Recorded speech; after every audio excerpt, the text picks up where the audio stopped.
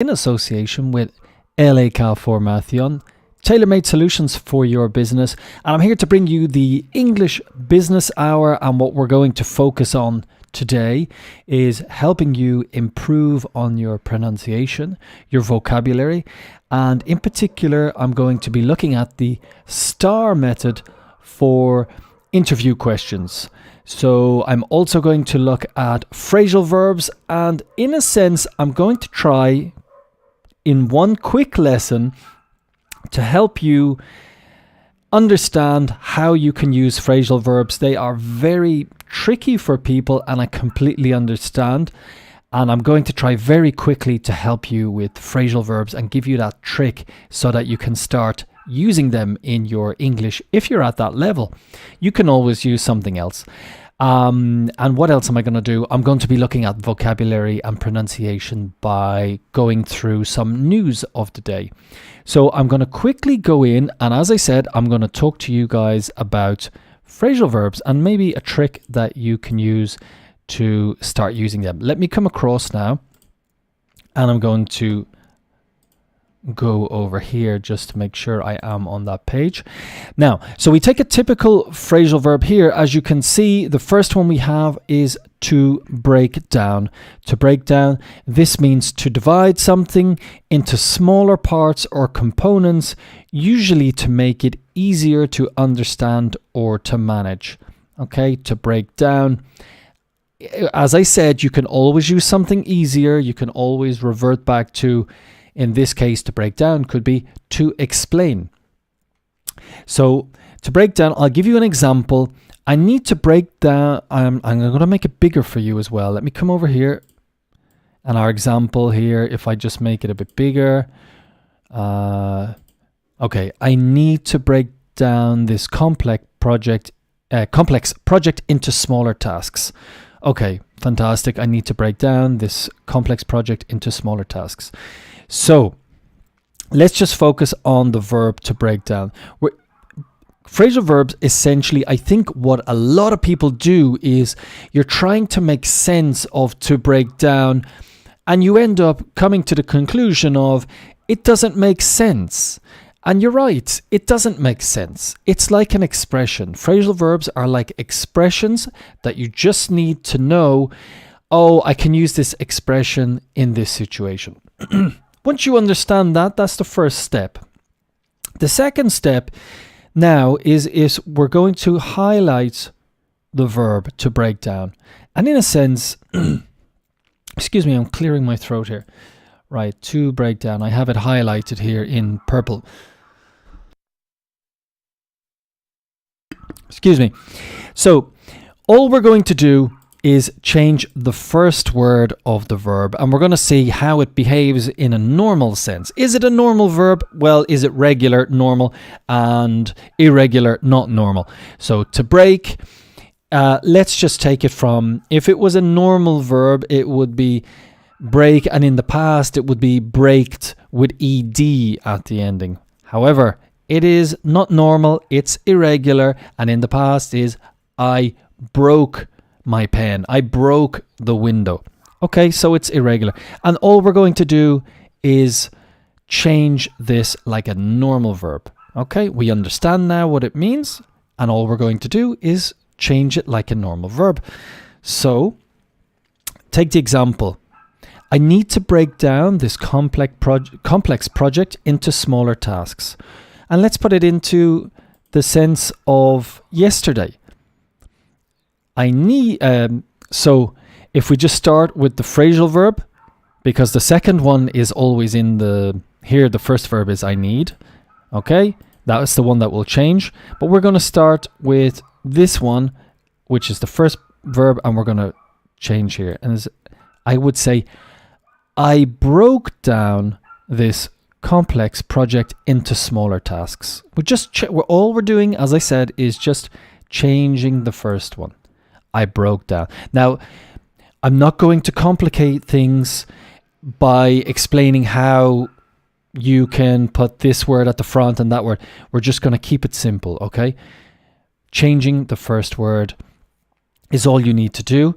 And if I am explaining something to you, to break it down, to make it easier bit by bit to understand, I will say, I was talking to Liam earlier on and I broke down the complex project into smaller tasks. I broke down. She broke down. They broke down. Okay, it just behaves like a normal verb. Let's go and have a look at another one. I'm going to make this smaller now. And we're going to focus on the next one. And again, we're going to try and make it behave as I was explaining, okay? And this one is to carry out. What does that mean? To carry out is to complete or perform a task or an activity, usually according to a plan or procedure. It means to do, okay? I'll make it easier. It's to do something, okay? We need to carry out a market research study to better understand our customers.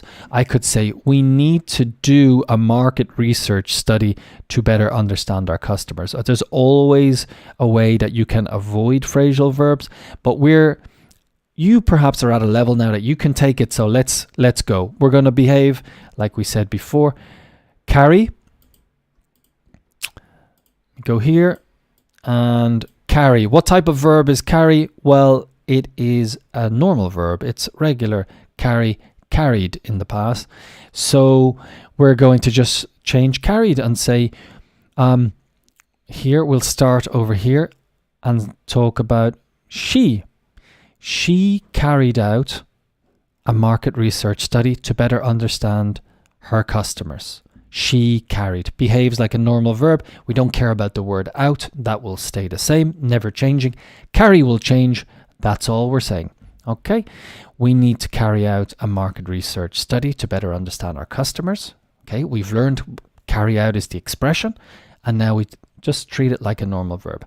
And of course, in the future, it won't even change at all. I will carry out. You will carry out. We're going to carry out. So nothing's going to change. The only thing really that's complicated or that you need to worry about really is the past tense. So is it a normal verb or not normal, irregular, irregular? And there you go. I hope this is making sense to you. And I hope it's not putting you off. Let's have a look at the next one. I'm going to make this bigger.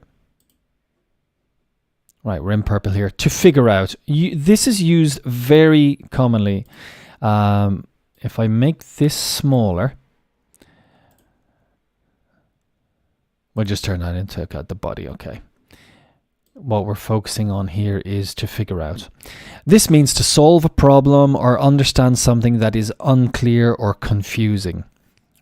Example, I need to figure out why our sales have been declining. I need to understand why our sales are declining. I need to find a way to understand how. So figure out is very commonly used in English. Use it all the time. But of course, it doesn't make sense. It's just strange words. Why are you using these stupid words? That's the way it is. And accept it. When you accept it, you can focus on the important thing, which is using it, okay? Because it's what the natives use more commonly than understand. We will use figure out more commonly. So, normal verb, not normal verb. Well, this is perfectly normal. In the past it will be I figured out. Oh, sorry. I'm going to turn off my phone here. Right, that's turned off. So, to figure out, this means to solve a problem or understand something that is unclear or confusing. I need to figure out why our sales have been declining.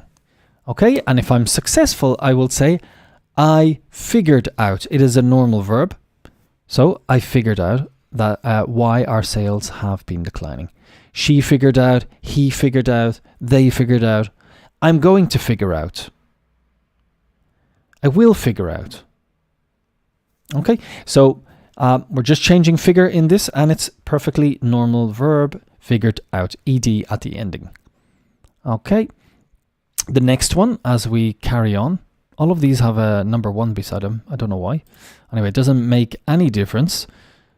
I hope this is helping you. Just remember, we're only changing if you want to say the middle word of the verb, because all verbs begin with to, don't they? So we're just changing the middle word. Let's go on to the next. I'm going to make this smaller and try and move on as quickly as I can here. Okay, let's hurry up. Let's move on. Heading. Okay, to put off.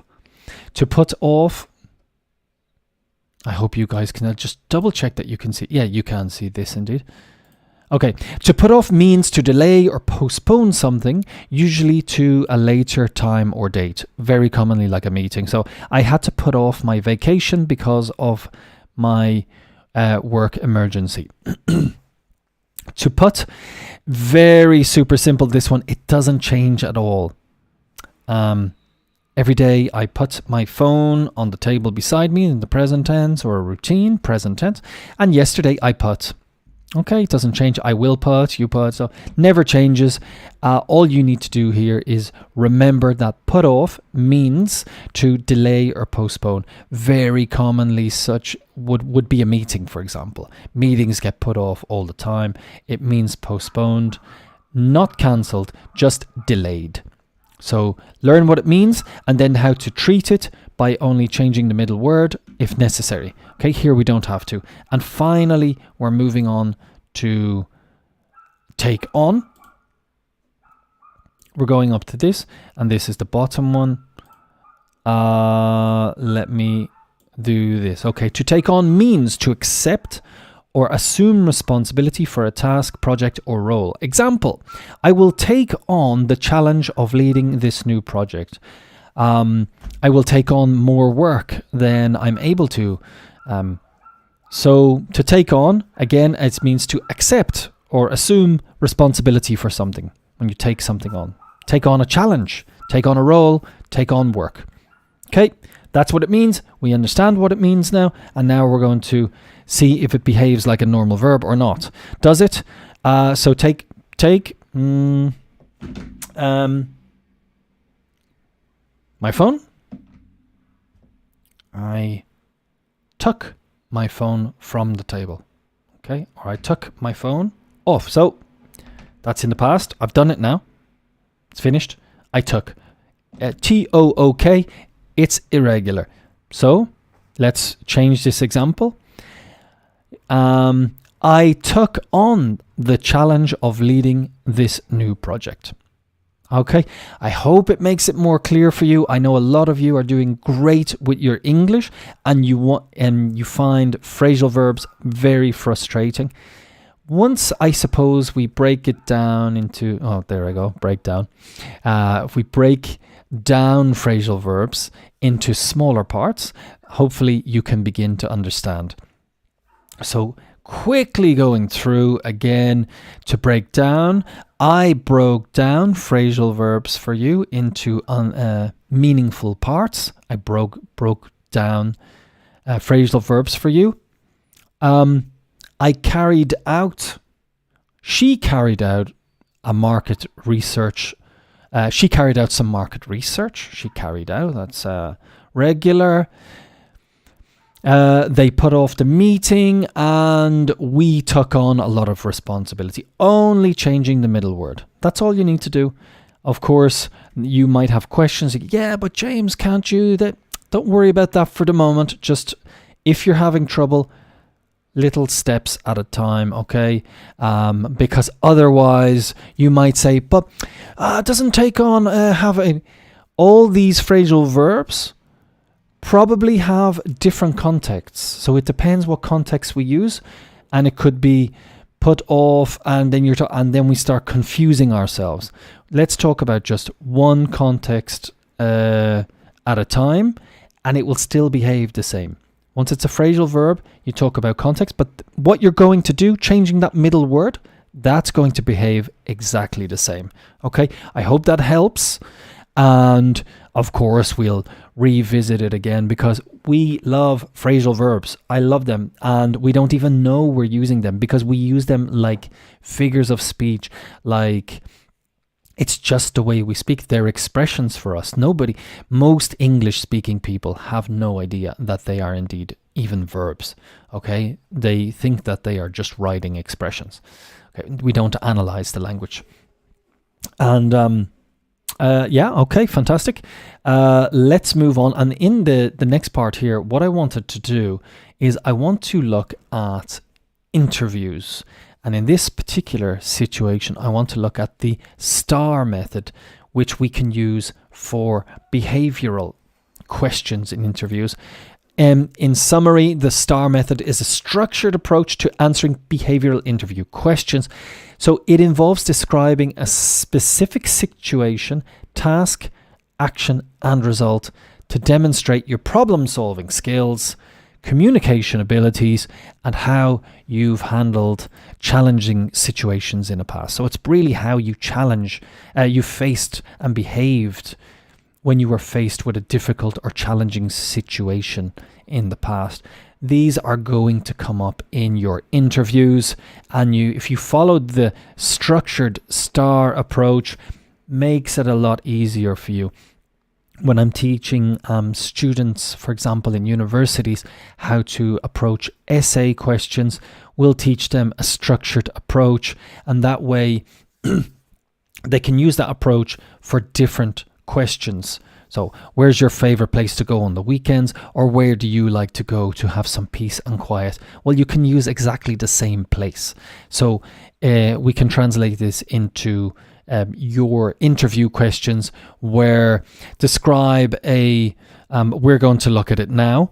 We're going to look at a specific situation, but it can be used, this approach used for any of the behavioral questions. So it's situation, task, action, result. Try and make your stories, and let's jump in and have a look at an example question. Our example question here is, tell me about a time when you had to deal with a difficult team member. This is going to be a very typical approach, and it could be the question could be, tell me about a time when you faced a challenging situation and how you overcame it. In this situation, we can use exactly the same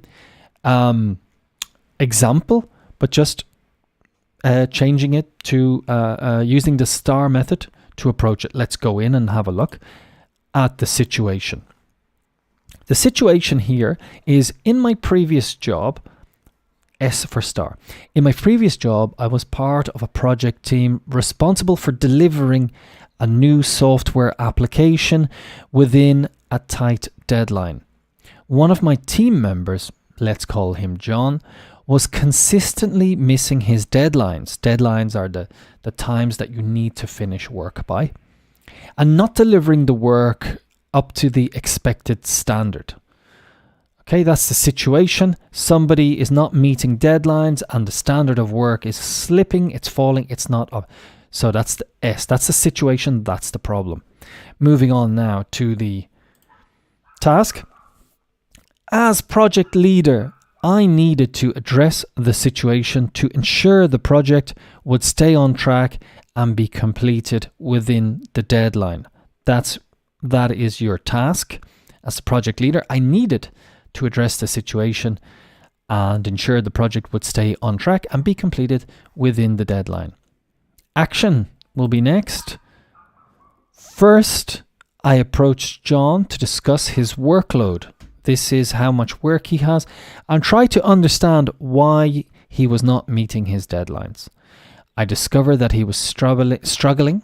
This is mean having difficulty, struggling with some personal issues, and had taken on, phrasal verb, to take on, and had taken on, so in this case, past participle, had taken on more work than he could handle.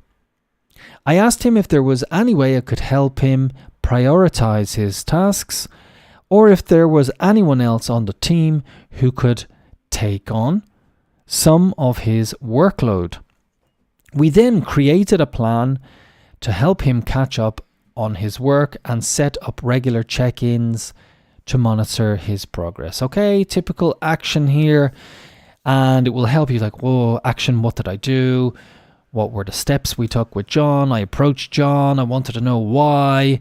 And then I said, what can we do to help you? And as you can see, we have the phrasal verb to take on. That was not on purpose. I didn't do that on purpose. It's just a coincidence. But as you know, when you start learning things in English or in another language, then you keep seeing it all the time. And very quickly, we see take on. Okay, behaves exactly the like a normal verb. Okay, so that's the action and then our result. The plan worked well and John was able to catch up on his work within the deadline. He also appreciated my approach and felt supported by me as a leader, which helped improve his overall performance and attitude towards the project. As a team, we were able to deliver the software application on time with high quality. So there you are. If you can follow the STAR method, it's very, very useful. It gives you a nice story to tell. And I think when you're in an interview situation, it's kind of like when you do an interview in a language test, you're asked a question and you want to keep talking and giving information until you're stopped. What they want is, here's the question, you talk until I interrupt you. And this gives you a nice way to do that by following the STAR approach. Gives you a nice way to tell stories. Pretty much for most behavioral interview questions, they want to see how you handle challenging situations. So you give them the story. Of course, you want that story to be from a real situation. But it's not really good enough to have a situation where you might not really have an answer. So you want to make sure you do have an answer or bring the situation to something similar and answering like this using the STAR approach. Very useful, and of course it will enable you to highlight your behavior and how you behave in those challenging situations, because that's what they want. That's why they want people to be able to do that. Okay, hope that helps. Go back and look at the video and the examples if you want. And we'll be looking at different interview questions anyway in the future, and we'll revisit this situation. Okay, moving across over to some of the news for the last few minutes. Make sure that you guys can see it. Okay, you can. I'm clearing my throat. A Chinese billionaire arrested in New York. Okay, so a Chinese billionaire has been arrested in New York. Okay, exiled billionaire. There's no way I'm going to pronounce this right. Guo Wengui. And I always say, forgive me for my pronunciation. A declared opponent of the Chinese government was arrested Wednesday morning in New York, accused in particular, which means in particular means especially. Like ice cream, in particular vanilla, especially vanilla, of having cheated several thousand of his subscribers on social networks, writes the New York Times. The amount of fraud would amount to more than $1 billion, according to the authorities. Guo Wengui, close to the sulfurous Steve Bannon, is accused of having taken advantage, in this case, to take advantage of someone is to use an opportunity. To take advantage, but sometimes maliciously, in a bad way. Taking advantage of his notoriety, which means his fame, on the internet to encourage thousands of people to invest funds in his companies or projects. The 52-year-old investor pleaded guilty, said, "I am guilty," in the court, and was taken into custody. He was already being tracked in China for financial fraud. Okay. To be tracked is to be followed. Disappearance of 2.5 tons of uranium in Libya. Remember, when we talk about numbers, this dot is point. When we go up to an internet address, it will be called dot. Right? And at the end of the sentence, it's called period in the United States, and full stop. So how many years have you been learning English and you didn't know that this dot at the end is not called dot? It's in fact called full stop in the UK, or period in the United States. Only since the birth really of the internet do we call the dot in the address .com, for example. So 3 or 4 different names. You have to learn them, unfortunately. Let's go. No less than 2.5 tons of natural uranium have disappeared from a storage site in Libya. The International Atomic Energy Agency, the IAEA, very tricky for learners because of this vowels, A-E-I-O-U. This is the IAEA, announced on Wednesday, according to CNN, 10 previously declared casks, a cask is like a barrel, were missing during an inspection conducted. To conduct means to do. On March 14, the IAEA said it was going to carry out. You see, look, we're seeing them now. Look, the IAEA said it was going to carry out, okay, in the future. The only thing we change is carry, and it's the future, so we don't need to change it. Additional verifications to clarify the circumstances of the disappearance of this nuclear material and its current location. Current means right now, at the moment. Libya abandoned its nuclear weapons development program in 2003. That's not good news. Uranium going missing. Bolsonaro ordered to return Saudi jewellery. In a unanimous decision taken on Wednesday, unanimous means everybody agreed, the Brazilian Court of Auditors ordered the former president Jair Bolsonaro to return within 5 days the jewels offered to the Brazilian state by the Saudi government, as well as the weapons offered by the United Arab Emirates to the authorities. I think if Saudi Arabia is giving you jewellery, they want something in return. I don't know. It's a bit strange. The place of these jewels is in the collection of the presidency, insisted the court. The jewellery has also entered Brazilian territory without the knowledge of customs.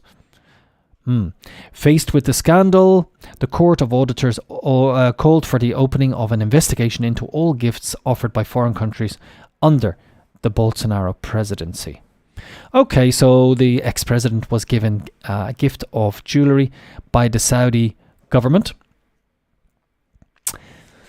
Okay, I mean, why don't they give me jewellery? That's what I want to know. I'll accept the jewellery. Anyway, that's all for today. I hope this helped. As you can see, once you start using these phrasal verbs, you'll start seeing them everywhere. And just remember, it's just as easy as that to start going. Just change the middle word. It behaves like a normal verb. I hope this helps. And I hope to see you guys next week again. Until then, have a great week and weekend, and all the best.